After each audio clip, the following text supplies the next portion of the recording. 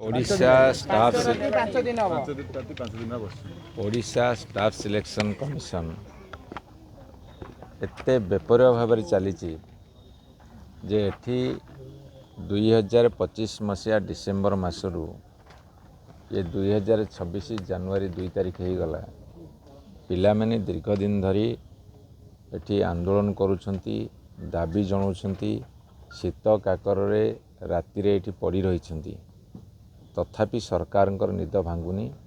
जो LTR arts Odia DV तार recruitment करने कथा से माने नोटिफिकेशन करूना, स्क्रूटिन करूना, जा फल कि जो माने कृतकार्य होउछंती बा हवाक अच्छी से मानकर आशा भरसा तुटी जाउछि। 2023 मसीहा नोटिफिकेशन को आज पर्यंत मध्य से कंप्लीट करि पारुना।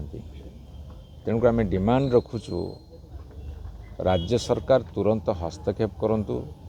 जो ओडिया अस्मितार कथा कहिसंती ताको कथा रखंतु। जो माने योग्य विवेचित पिला माने तांको तुरंत नियुक्ति दियंतु, नहले भयंकर आंदोलन तेजिब। आमे कथा दउछु तांको, जदि ए कथा न सुनिबे आमे डेलीगेशन जाई स्टाफ सिलेक्शन कमिशन को भेटिबु एवं डिमांड करिवु तांकर दाबी को तुरंत पूरण करंतु। एवं एठी आसिला परे मु जा सुनिली जे आपनकर पीसीएम सीबीजेड जो पिला माने पाइछंती समस्ते आंदोलन कला पर एमानकर निद भांगुची एवं से पदक्षेप नउछंती। जदि आंदोलन एकमात्र पंथा एवं नीति सरकार हब जे जे पार्टी करिवो आंदोलन करिवो ता कथा सुना जिवो ताले सरकार चलिनी।